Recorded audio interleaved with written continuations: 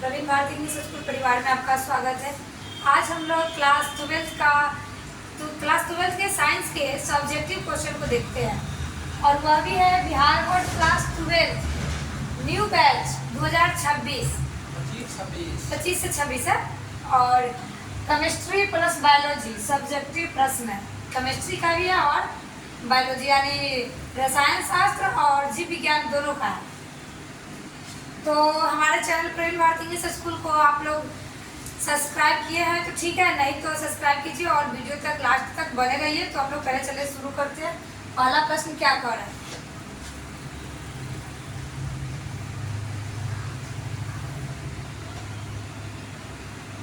पहला प्रश्न कह रहा है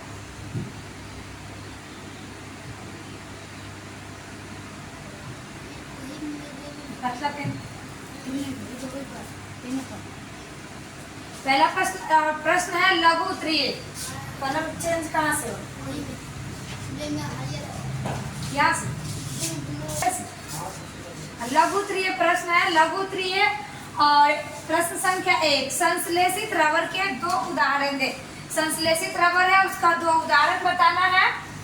तो उत्तर में कह रहा है संश्लेषित रबर वल्लीकरण विधि द्वारा बनाई गई रबर की तरह होती है। संश्लेषित रबर किस तरह का होता है? तो संश्लेषित रबर वल्लीकरण विधि द्वारा बनाई गई रबर की तरह होती है और इसमें प्रत्यास्थता का गुण अधिक पाया जाता है। इसमें प्रत्यास्थता का गुण अधिक पाया जाता है। इसे इसकी लंबाई से दुगुनी तक खींचा जा सकता है। और संश्लेषित रबर एक ऐसा रबर है जैसे कि एक पेन है, ये पेन है, उसको मान लीजिए हम लोग रबर है, इस पेन क्या है? रबर है। और इसको इस पेन का अगर इसमें प्रत्यास्थता का गुण है और इसे खींचते हैं तो इसे इसकी लंबाई से दुगुनी तक खींचा जा सकता है। अगर ये 1 इंची का है तो 2 इंची से बनाया जा सकता है। और बल हटाने पर अगर इसको हम ज्यादा जोर अपनी ताकत लगाएंगे तो ये दुगुनी तक खींचाया जाएगा और हम अपना ताकत अपने कंट्रोलिंग में कर लेंगे, ताकत हटा लेंगे तो पुनः अपनी अवस्था में आ जाएगा। इसे इसकी लंबाई से दोगुनी तक खींचा जा सकता है। बल हटाने पर यह पुनः अपनी अवस्था में आ जाता है। यानी 1 इंच का 1 इंच रहेगा और हम बल लगाएंगे तो 2 इंच चला जाएगा और बल हटाएंगे तो 1 इंच का चला आएगा। और उदाहरण में कर रहा है कि यहाँ कर रहा है 2 उदाहरण देने के लिए। तो नियोप्रीन रबर है और बयूना एन रबर है और बयूना एस रबर है। इसके उदाहरण है। यहाँ 2 उदाहरण पूछ रहा है और हम 3 उदाहरण बता रहे हैं, यानी 1 उदाहरण एक्स्ट्रा चल रहा है।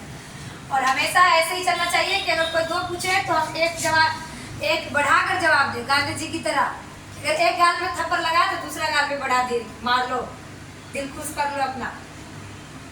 बयूना एस और नियोप्रीन और बयूना एन रबर इसके उदाहरण।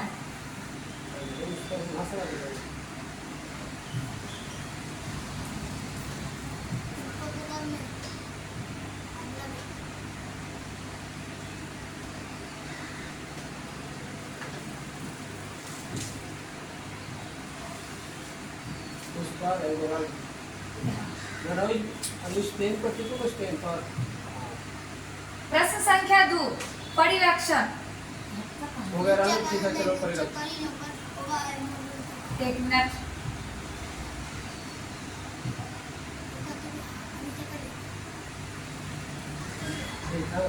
फिर कहाँ ठीक है?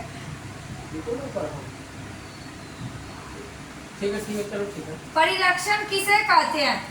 तो उत्तर में प्रश्न कर रहा है परिरक्षण किसे कहते हैं और उत्तर बता रहा है खाद्य पदार्थों के मौलिक आकार एवं रूप को परिवर्तित कर या अपरिवर्तित रखकर उनके पोषक तत्व एवं विटामिनों को यथासंभव बनाए रखते हुए बिना विकृति के दीर्घ काल तक सुरक्षित रखने की विधियों एवं तकनीक को परिरक्षण प्रिजर्वेशन कहा जाता है। परिरक्षण किसे कहा जाता है? तो खाद्य पदार्थों के मौलिक आकार, उसका जो मौलिक आकार एवं रूप जो रंग रूप है, मौलिक आकार एवं रूप को परिवर्तित कर या अपरिवर्तित रखकर उनके पोषक तत्व एवं विटामिनों को यथासंभव बनाए रखते हुए बिना विकृति के दीर्घ काल तक यानी ज्यादा दिन तक सुरक्षित रखने की विधियों एवं तकनीकों को परिरक्षण प्रिजर्वेशन कहा जाता है।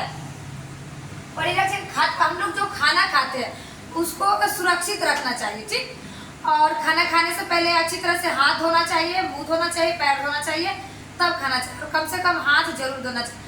और पूरे दिन में मिलाकर 2 बार ब्रश करना चाहिए। दांतों की सफाई और सुरक्षित रखने के लिए दांतों का सफाई 2 बार करना चाहिए। तो वही कह रहा है, दीर्घ काल तक सुरक्षित रखने की विधियों और तकनीकों को परिरक्षण का जो खाना है उसका जो आकार है उसको यानी बासी वेस्ट खाना हम लोग को नहीं खाना चाहिए। दिन का रात और रात का दिन नहीं खाना चाहिए। अगर खाना ज़्यादा बच गया तो उसको फ्रिज में रख देंगे या गर्म करने वाला जो मशीन आता है उसमें गर्म करके खाएंगे, या बनाएंगे ही इतना कि मैनेज हो जाना चाहिए।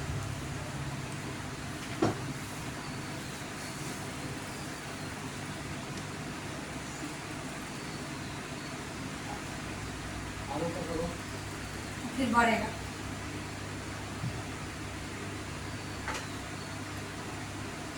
हल्का करो इसको, जाएगा ना फिर। और प्रश्न संख्या अब 3 आ गया। प्रश्न संख्या 3, साबुन क्या है? कपड़ा साफ करने में यह किस प्रकार का कार्य करता है? हम लोग जो कपड़ा धोते हैं वह साबुन है, नहाने वाला हो या कपड़ा धोने वाला हो या सर्फ कुछ रहे, कोई भी कंपनी का साबुन रहे, वह कह रहा है साबुन क्या है। हम लोग तो जानते हैं साबुन क्या है। और गाँव में पूछोगे बूढ़े जो वृद्ध आदमी है उनसे, दादा दादी या किसी से भी पूछोगे तो क्या कहे, साबुन क्या है? साबुन तो ये साबुन जिससे हम नहाते हैं वो साबुन हुआ।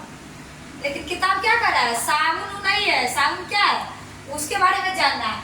और कपड़ा साफ करने में यह किस प्रकार कार्य करता है, और कपड़ा वो कैसे साफ करता है। अब वो कहेंगे कि सरफ लेंगे, बाल्टी में पानी डालेंगे और उसके बाद वो अपना काम करना शुरू कर देंगे। आधा घंटा फूलने के लिए रख देंगे। आधा घंटा क्यों फूलने के लिए रखा जाता है कोई भी सरफ को, कपड़ा को? तो वही कह रहा है कि यह कपड़ा कैसे साफ करता है।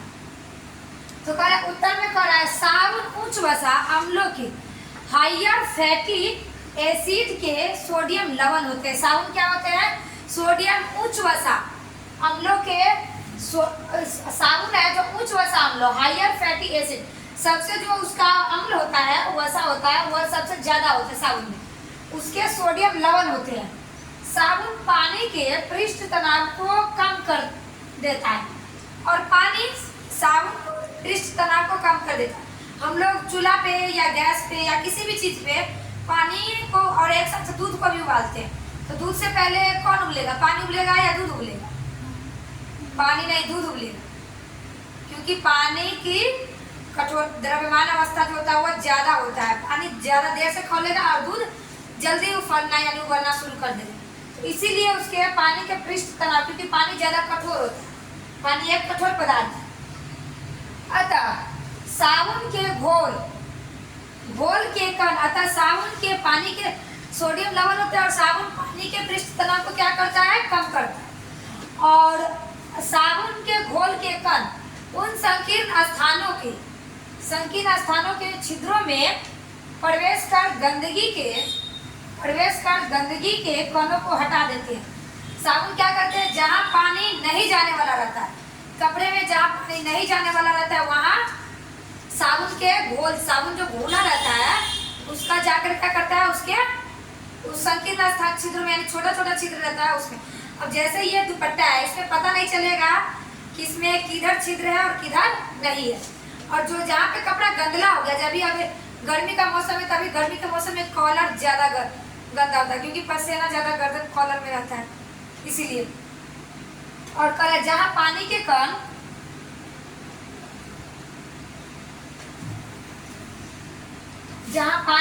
प्रवेश नहीं कर पाते, वहाँ उन संकीर्ण स्थानों में प्रवेश करके क्या करते हैं, साबुन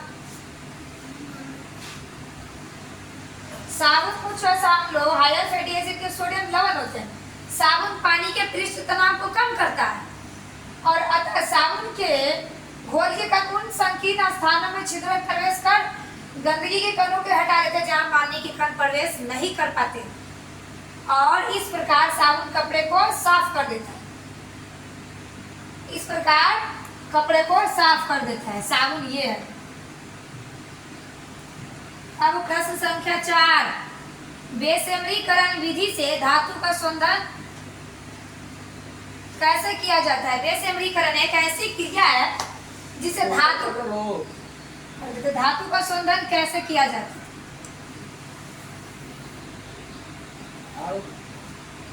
ठीक है, कैसे किया जाता है? तो उत्तर में कह रहा है यह प्रक्रिया बेसेमर परिवर्तक में कराई जाती है। बेसमरीकरण प्रक्रिया कहाँ कराई जाती है? बेसेमर परिवर्तक में कराई जाती है, क्या है ना? यह प्रक्रिया बेसेमर परिवर्तक में कराई जाती है।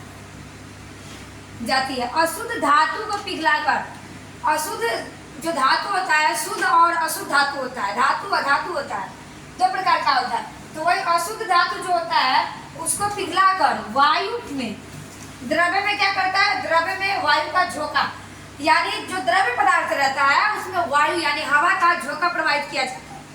जैसे अभी कुछ दिन पहले बारिश हुआ था, तो तेज आंधी तूफान के साथ बारिश हुआ था और घर में क्या हवा का झोंका तेज प्रवाहित हो रहा था। उसी प्रकार कर रहा है कि पिघलाकर द्रव्य में वायु का झोंका प्रवाहित किया जाता है। अशुद्धियां एस और सी आदि ऑक्सीकृत होकर निकल जाती है। जो अशुद्धियां एस सी है वह पिघल कर कहाँ निकल जाती है? शुद्ध होकर निकल जाती है, ऑक्सीकृत होकर निकल जाती है। और उसका उदाहरण है S+O2 gives SO2।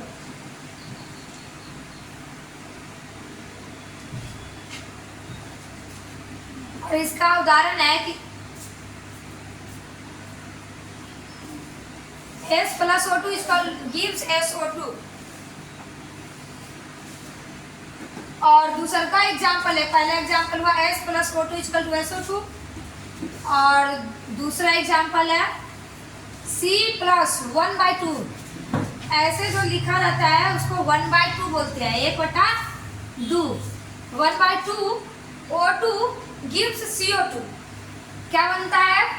C+1/2 O2 CO2। CO2 कैसे बनता है? तो C+O2 सबको सोचे पढ़ाते चलो ना, आरो के नीचे करो। अरे आरो के पूरा कंप्लीट कहाँ हुआ? यहाँ बचा। और ढलवा लोहा, ये मच्छर से जूम होगा। अरे तुम ऊपर करो, उसको रुकेगा तो थोड़ी जूम होगा। आरो नीचे करो।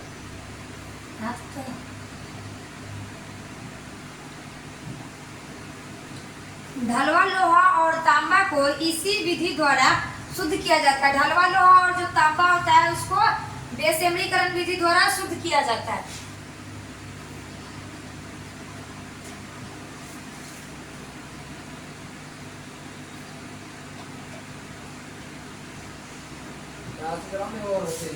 और प्रश्न संख्या 5, स्कंदन किसे कहते हैं? स्कंदन किसे कहते हैं? तो उत्तर में कह रहा है कोलाइडी कणों पर सदृश आवेश रहते हैं। कोलाइडी कणों पर सदृश आवेश रहते हैं। अतः परस्पर विद्युत विकर्षण के कारण ये कण एक दूसरे से पृथक रहते हैं और यदि इनके आवेश को किसी प्रकार उदासीन कर दिया जाए तो यह एक दूसरे के निकट आकर बड़े आकार के कणों की रचना कर अवक्षेपित हो जाती है। कोलाइडी विलयन के इस अवक्षेपण को स्कंदन कहते हैं। कोलाइडी विलयन किसे, स्कंदन किसे कहते हैं? तो कोलाइडी कणों पर सदृश आवेश रहते हैं। क्या रहते हैं? सदृश आवेश रहते हैं और अतः परस्पर विद्युत विकर्षण के कारण ये कण एक दूसरे से पृथक रहते हैं। और जो विद्युत विकर्षण होता है उसमें ये कण एक दूसरे से पृथक यानी अलग अलग रहते हैं। यदि इनके आवेश को किसी प्रकार उदासीन कर दिया जाए तो ये एक दूसरे के निकट आकर बड़े आकार के कणों की रचना करते हैं। यह है एक दूसरे पे आश्रित रहने वाला, जैसे कि गहरी दोस्ती इन लोगों में रहता है। क्या है? एक दूसरे में गहरी दोस्ती है कि अगर एक को हटाया तो दूसरा क्या करेगा? गड़बड़ कर देगा, बड़ा आकार लेगा। तो वही कह रहा है कि एक दूसरे से पृथक रहते हैं। यदि इनके आवेश को किसी प्रकार उदासीन कर दिया जाए तो यह एक दूसरे के निकट आकर, यानी सेम बात है, एक दूसरे से अलग किया तो और वही फिर सामने आकर क्या करेगा? बड़े आकार की रचना करेगा। जैसे अगर किसी व्यक्ति में गहरी दोस्ती है। चलो आगे बढ़ाओ ना, सब उसे थोड़ी समझ आएगा। और समाप्त करो उसको। पोलैरिटी विलयन के इस अवक्षेपण को स्कंदन कहते हैं।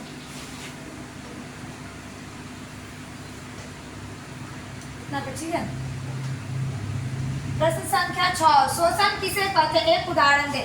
उत्तर, कभी कभी अधिशोषण और अवशोषण दोनों प्रक्रियाएं साथ साथ होती है और इनमें विभेद करना संभव नहीं रहता है। कभी कभी अधिशोषण और अवशोषण दोनों प्रक्रियाएं साथ साथ होती है और इनमें विभेद करना संभव नहीं होता है।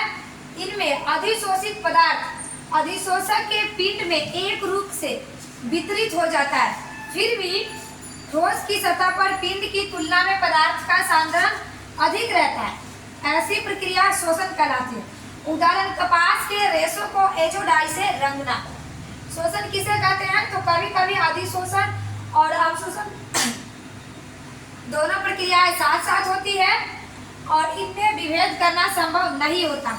इनमें अधिशोषित पदार्थ अधिशोषक के पिंड में एक रूप से वितरित होता है और फिर भी ठोस की सतह पर पिंड की तुलना में पदार्थ का सांद्रण अधिक रहता है।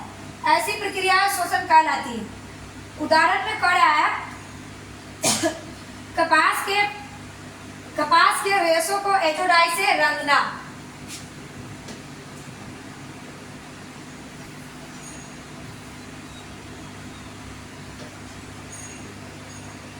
प्रश्न संख्या 7, पावर एल्कोहल क्या है। पावर एल्कोहल क्या है, तो पावर एल्कोहल उत्तर है कि शक्ति एल्कोहल पावर एल्कोहल के नाम से इंजनों में पेट्रोल के स्थान पर प्रयुक्त होता है। पावर एल्कोहल है जो शक्ति एल्कोहल पावर एल्कोहल के नाम से इंजनों में पेट्रोल के स्थान पर प्रयुक्त होता है। पावर एल्कोहल एक ईंधन है। पावर एल्कोहल एक ईंधन है। यह शक्ति प्रदान करने के लिए मोटर ईंधन के लिए एक योगज के रूप में किया जाता है, एक योगज के रूप में प्रयोग किया जाता है और इस प्रकार इसका नाम पावर एल्कोहल है, जिसका उपयोग आंतरिक दहन इंजन में किया जाता है। पावर एल्कोहल शक्ति प्रदान करने के लिए पावर एल्कोहल का उपयोग किया जाता है और इसका उपयोग आंतरिक दहन इंजन में किया जाता है और इसमें 80% पेट्रोल और 20% एथेनॉल पाया जाता है। पावर एल्कोहल में कितने 80% एथेनॉल और 80% पेट्रोल और 20% एथेनॉल पाया जाता है।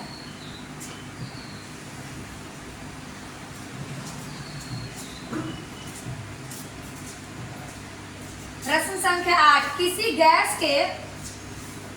गैस के ठोस में विलयन का एक उदाहरण दे। कोई भी गैस है उसमें ठोस का विलयन का एक उदाहरण देना है।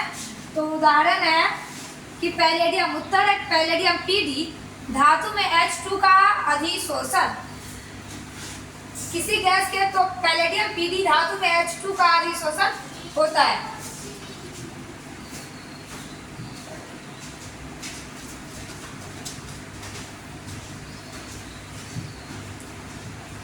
प्रश्न संख्या 9, आइसोटोनिक विलयन किसे कहते हैं। आइसोटोनिक विलयन किसे कहते हैं। उत्तर है आइसोटोनिक विलयन वे विलयन है जिनके प्रसरणी दाब एक ही ताप पर समान रहते हैं। आइसोटोनिक विलयन एक ऐसा विलयन है जिनके प्रसरणी दाब एक ही ताप पर समान होते हैं। यदि ऐसे दो विलयनों को किसी अल्पपारगम में झिल्ली द्वारा एक दूसरे से पृथक कर दिया जाए तो उनमें प्रसरण की क्रिया नहीं होती है। उनमें एक दूसरे से पृथक कर दिया जाए तो उनमें प्रसरण ऑस्मोस की क्रिया नहीं होगी। एक दूसरे से अलग कर दिया जाएगा तो प्रसरण की क्रिया नहीं होगी।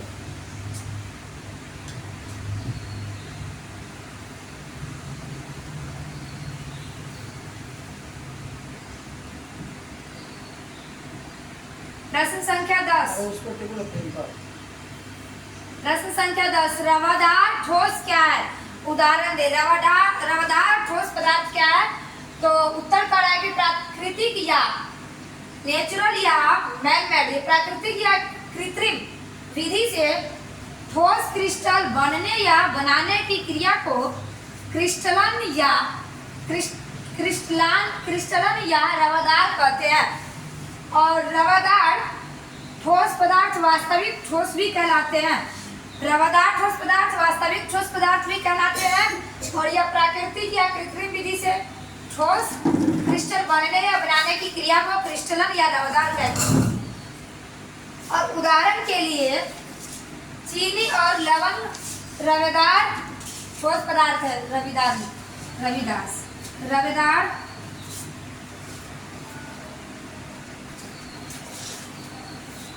चीनी और लवण है जो रवेदार ठोस पदार्थ है।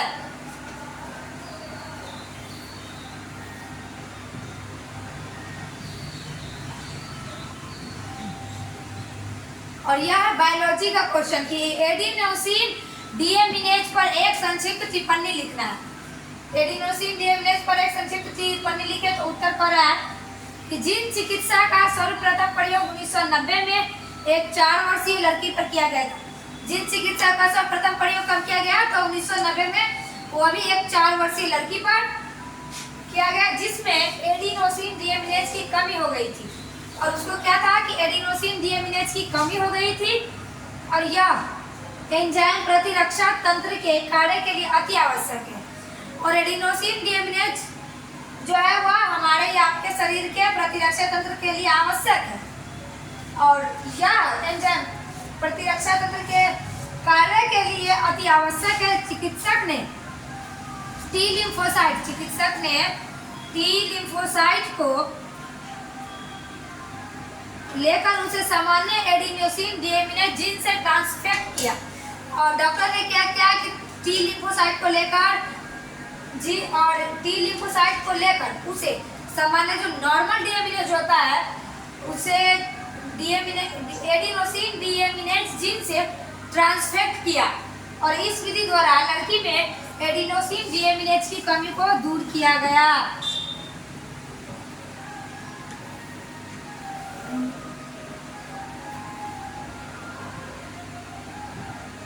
प्रश्न संख्या 2, प्रोटीन संश्लेषण पर उत्परिवर्तन का क्या प्रभाव पड़ता है?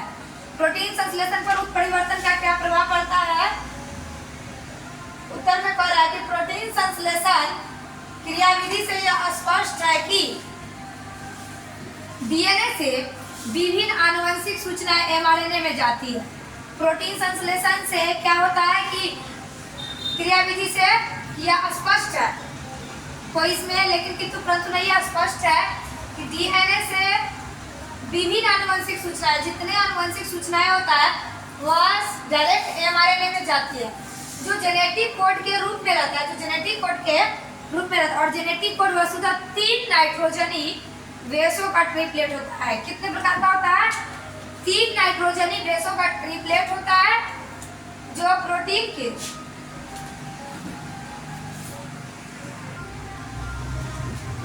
प्रोटीन के एमिनो अम्लों का क्रम तय करता है।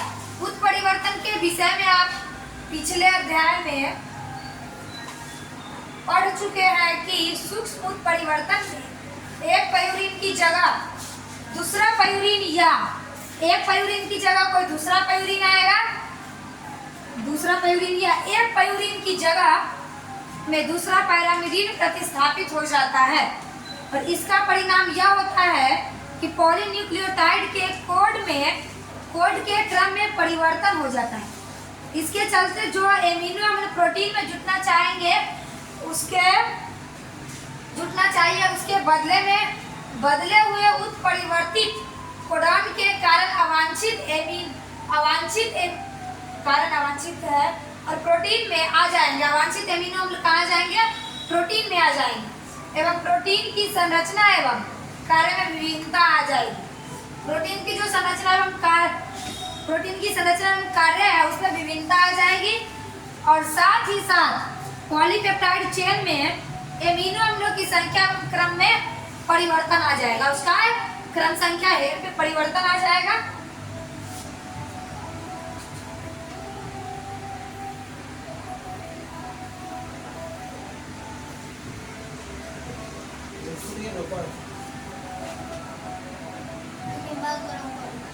प्रश्न संख्या 3, प्रश्न संख्या प्रश्न संख्या 3 है कि बीती कपास पर संक्षेप में टिप्पणी लिखी। बीती कपास पर संक्षेप में टिप्पणी लिखे। उत्तर है बीती कपास में बैसिलस थ्यूरिएंजेसिस जीवाणु की अभिष प्रोटीन का संश्लेषण करने वाले जीन का जेनेटिक इंजीनियरिंग द्वारा निवेशित करके इसके कीट प्रतिरोधी किस्में में विकसित की गई है। बीटी कपास को क्या किया गया? बीटी कपास में बैसिलस थ्यूरिएंजेसिस जीवाणु की अभिष प्रोटीन का संश्लेषण करने वाले जीन का जेनेटिक इंजीनियरिंग द्वारा निवेशित करके इसके कीट प्रतिरोधी किस्में विकसित की गई है। और बीटी कपास का उपयोग करके प्रत्येक वर्ष करोड़ों रुपयों की फसल को कीटों से बचाया जाता है। जो कीटनाशक दवा होता है उसको क्या खेत में फसलों में छिड़काव करके फसल को नुकसान होने से बचाया जाता है।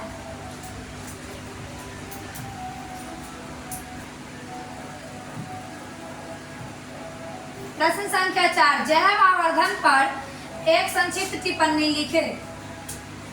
उत्तर है कि पीरकनाशियों में डीडीटी जैसे क्लोरीन युक्त हाइड्रोकार्बन और अनिम्नीकरणीय होने नॉन डिग्रेडेबल होने के कारण पौधे के द्वारा खाद्य श्रृंखला के हर कोशीय स्तर यानी ट्रैफिक लेवल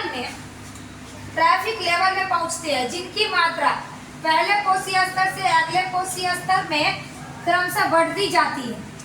इस क्रिया को जैव आवर्धन बायोमैग्निफिकेशन कहते हैं। इससे क्या होता है कि पक्षियों तथा मछलियों की मृत्यु हो जाती है तथा जलीय प्राणियों की हानि होती है और यह कशेरुकियों वर्टिब्रेटस के तंत्रिका तंत्र को प्रभावित करता है। क्या करता है कि वर्टिब्रेटस में तंत्रिका तंत्र को प्रभावित करता है तथा जनन ग्रंथियों के हार्मोन के संतुलन को प्रभावित करता है और अंडोत्सर्ग ओव्यूलेशन में विलंब कर देता है।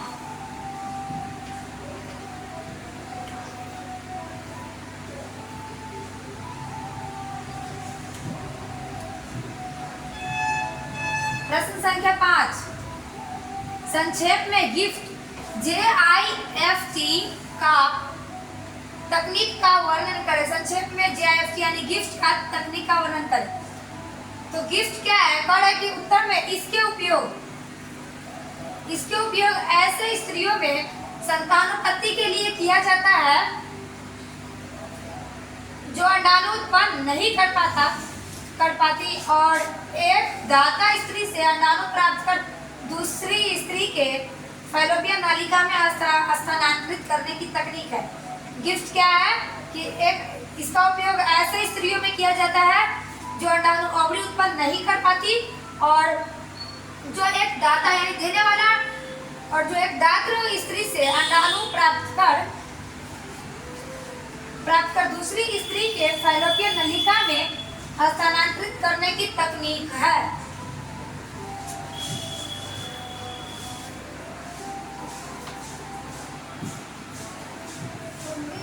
प्रश्न संख्या 6 जैव प्रबलीकरण से आप क्या समझते हैं? जैव प्रबलीकरण से आप क्या समझते हैं? उन्नत खाद्य गुणवत्ता रखने वाली फसलों में पादप प्रजनन को जैव प्रबलीकरण कहते हैं। उन्नत खाद्य गुणवत्ता रखने वाली फसलों में पादप प्रजनन को जैव प्रबलीकरण कहते हैं। और जैव प्रबलीकरण द्वारा प्राप्त उच्च विटामिन, खनिज, प्रोटीन और तथा स्वास्थ्यवर्धक वसा वाली प्रजनती फसलें जन स्वास्थ्य को सुधारने के लिए अत्यंत महत्वपूर्ण प्रायोगिक माध्यम होती है। उन्नत पोषक गुणवत्ता के लिए निम्नलिखित सुधारने के उद्देश्य से प्रजनन किया जाता है। और उसको सुधारने के लिए क्या प्रजनन किया जाता है? क्या बात है?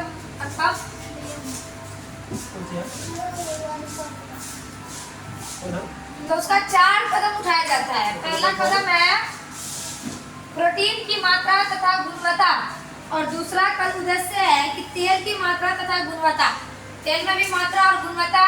और तीसरा उद्देश्य है कि विटामिन की कम मात्रा और चौथा उद्देश्य है कि सूक्ष्म पोषक तथा खनिज की मात्रा। तो ये इतना क्वेश्चन आप लोगों को समझ में आ चुका है। 15 लगभग 16 क्वेश्चन है। और आप लोग लास्ट तक वीडियो तक बने रहिए और चैनल को लाइक सब्सक्राइब जरूर कीजिए। धन्यवाद।